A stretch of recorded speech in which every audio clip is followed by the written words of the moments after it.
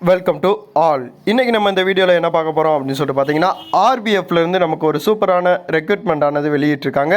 அந்த ரெக்ரூட்மெண்ட்டை பற்றின A to Z information தான் நம்ம இந்த வீடியோவில் பார்க்க போகிறோம்.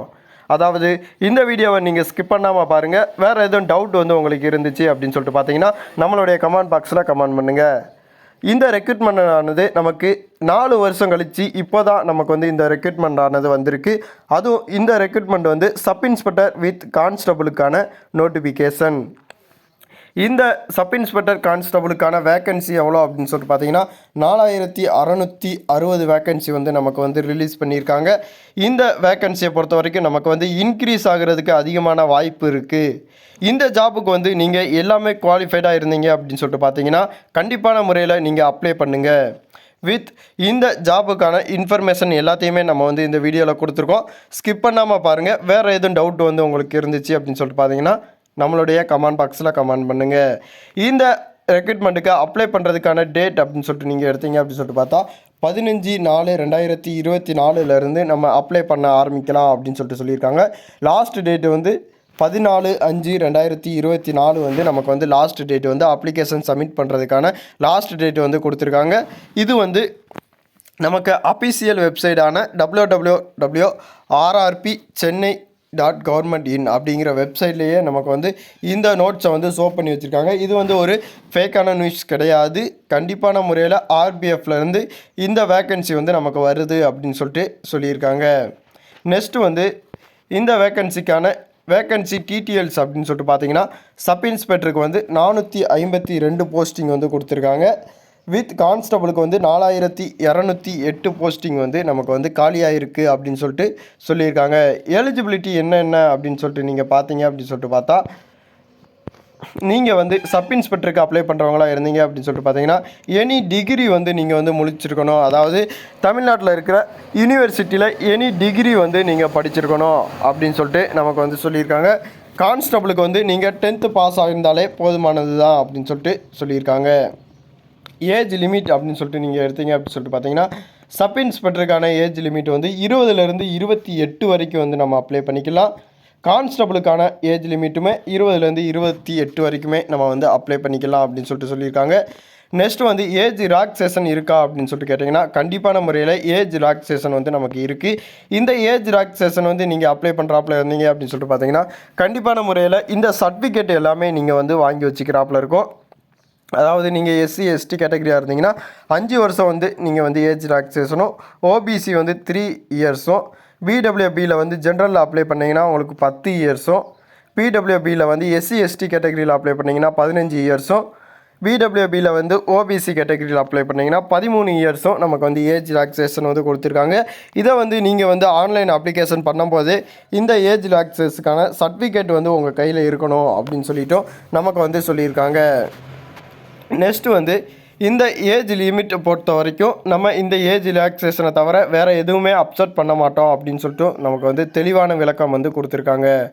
நெக்ஸ்ட்டு வந்து சப் இன்ஸ்பெக்டருக்கான சேலரி அப்படின்னு சொல்லிட்டு எடுத்துக்கிட்டிங்கன்னா 35,400 சொல்லியிருக்காங்க. வித் அலௌன்ஸ்மெண்ட்டோட தான் நீங்கள் வந்து 40,000 ப்ளஸ் தான் நீங்கள் வந்து சேலரி வந்து வாங்குறாப்புல இருக்கும். கான்ஸ்டபுளுக்கு வந்து 21,700 சொல்லியிருக்காங்க. இது வந்து ஃபஸ்ட்டு சேலரி, உங்களுக்கு வந்து லாஸ்ட்டு சேலரி கிடையாது, ஃபஸ்ட்டு சேலரி தான். இது வந்து உங்களுக்கு வந்து வித் அலௌன்ஸ்மெண்ட்டோட 25 ரூபா வந்து உங்கள் கையில் வந்து கண்டிப்பான முறையில் கிடைக்கும். இந்த ஆர்பிஎஃப்கான செலெக்ஷன் ப்ராசஸ் என்னென்ன அப்படின்னு சொல்லிட்டு பார்த்தீங்கன்னா ஃபஸ்ட்டு வந்து உங்களுக்கு கம்ப்யூட்டர் பாஸ்டு எக்ஸாம் தான் உங்களுக்கு வந்து நடக்கும். நெக்ஸ்ட்டு வந்து ஃபிசிக்கல் எலிஜிபிலிட்டி டெஸ்ட்டும் உங்களுக்கு வந்து நடக்கும் அப்படின்னு சொல்லிட்டு சொல்லியிருக்காங்க. இந்த 2 ப்ராசஸ் அடிப்படையில் தான் உங்களுக்கான இந்த எக்ஸாம் வந்து நடக்கும். அதாவது இந்த எக்ஸாமுக்கு செலக்ட் பண்ணுறவங்க இந்த 2 செலெக்ஷன் ப்ராசஸ் படி தான் இந்த எக்ஸாமுக்கு வந்து செலக்ட் பண்ணுவோம் அப்படின்னு சொல்லிட்டு சொல்லியிருக்காங்க. நீங்கள் வந்து அப்ளை பண்ணும்போது ஃபீஸ் கட்டுறாப்புல இருக்கும். ஃபீஸ் எவ்வளோ அப்படின்னு சொல்லிட்டு பார்த்தீங்கன்னா 500 ரூபா பே பண்ணுறாப்புல இருக்கும். நீங்கள் வந்து SC ST ex service man ஃபீமேலாக இருந்தீங்க அப்படின்னு சொல்லிட்டு பார்த்தீங்கன்னா நீங்கள் வந்து 250 ரூபா வந்து நீங்கள் வந்து பே பண்ணாலே போதுமானது தான். பேமெண்ட் வந்து நீங்கள் ஆன்லைனில் தான் பே பண்ணுறாப்புல இருக்கும். அதாவது நீங்கள் வந்து அப்ளை பண்ணும்போது ஆன்லைனில் ஜிபே அல்லது பேடிஎம் அதுலேயும் நீங்கள் பண்ணிக்கலாம். அல்லது கிரெடிட் கார்டு, டெபிட் கார்டு, போன்ற ஆன்லைன் ப்ராசஸில் நீங்கள் எதில் வேணாலும் உங்களுக்கான சார்ஜ் வந்து எதுவுமே எடுக்காமலே அவங்க வந்து பே பண்ணுறாப்புல சொல்லியிருக்காங்க. நீங்கள் வந்து அதிலேயே பே பண்ணிக்கலாம். இம்பார்ட்டண்டான டேட்ஸ் அப்படின்னு சொல்லிட்டு நீங்கள் பார்த்தீங்கன்னா ஸ்டார்டிங் டேட் வந்து நமக்கு வந்து அப்ளிகேஷன் ஸ்டார்டிங் டேட் வந்து இம்பார்ட்டண்டானது 15/4/2024. லாஸ்ட் டேட் வந்து 14/5/2024. சென்ட்ரல் கவர்மெண்ட்டை பொறுத்த வரைக்கும் நமக்கு வந்து 30 டேஸ் வந்து அப்ளை பண்ணுறதுக்கான கால அவகாசம் வந்து கொடுப்பாங்க. அதே மாதிரியா 30 டேஸ் வந்து நமக்கு வந்து கொடுத்துட்டாங்க. நெக்ஸ்ட்டு வந்து உங்களுக்கு நீங்கள் வந்து இந்த எக்ஸாமுக்கு வந்து அப்ளை பண்ண போகிறேன் அப்படின்னு சொல்லிட்டு பார்த்தீங்கன்னா எக்ஸாம் பேட்டர்ன் எல்லாமே உங்களுக்கு தெரியணும் அப்படின்னு சொல்லிட்டு பார்த்தீங்கன்னாலும் நம்மளுடைய கமெண்ட் பாக்ஸில் கமெண்ட் பண்ணுங்கள். நீங்கள் வந்து சிலபஸ் தெரியணும்னா சிலபஸ் அப்படின்னு சொல்லிட்டு கமெண்ட் பண்ணுங்கள். உங்களுக்கான சிலபஸை வந்து நான் வந்து நெக்ஸ்ட் வீடியோவில் வந்து அப்லோட் பண்ணுறேன். இல்லை நான் அப்ளை பண்ணணும் அப்ளை வீடியோ போடுங்க அப்படின்னு சொல்லிட்டு பார்த்தாலும் நம்ம வந்து இதுக்கான அப்ளை வீடியோ வந்து ஸ்டார்டிங் டேட்டான 15/4/2024 வந்து நம்ம வந்து அப்லோட் பண்ணுவோம். நீங்கள் வந்து கமெண்ட் பாக்ஸில் கமெண்ட் பண்ணுங்கள். நீங்கள் வந்து அப்ளை பண்ணுறவங்களா இருந்தீங்க அப்படின்னு சொல்லிட்டு பார்த்தீங்கன்னா நம்மளுடைய சேனலையும் நீங்கள் சப்ஸ்கிரைப் பண்ணி வச்சுக்கோங்க. நெக்ஸ்ட் இதை பற்றின அனைத்து இன்ஃபர்மேஷனையும் வந்து நாங்கள் வந்து கண்டிப்பான முறையில் நமக்கு வந்து கொடுப்போம். இந்த எக்ஸாம் நடக்கிறதுக்கான டைம் அப்படின்னு சொல்லிட்டு நீங்கள் பார்த்தீங்கன்னா 3 மந்த் வந்து நமக்கு வந்து எக்ஸாம் வந்து கண்டக்ட் பண்ணுறதுக்காண்டி கொடுப்பாங்க. மேக்ஸிமம் நமக்கு 8வது மாதம் அல்லது 9வது மாதம் வந்து இதுக்கான எக்ஸாம் வந்து கண்டிப்பான முறையில் நடக்கும். நோட்டிஃபிகேஷன் வந்ததுக்கப்புறம் படிக்கிறேன் அப்படின்னு சொல்லிட்டு பார்த்தீங்கன்னா கண்டிப்பான முறையில் நீங்கள் வந்து செலெக்ஷன் ஆகிறது ரொம்ப கடினமான செயல். இப்போ இருந்தே நீங்கள் வந்து படிக்க ஆரம்பிச்சிங்க அப்படின்னு சொல்லிட்டு பார்த்தீங்கன்னா கண்டிப்பான முறையில் நீங்கள் வந்து செலக்ட் ஆகிடுவீங்க.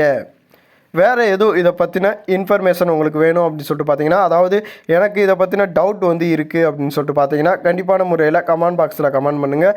உங்களுக்கான பதில் வந்து நாங்கள் வந்து கண்டிப்பான முறையில் கொடுப்போம். நன்றி, வணக்கம்.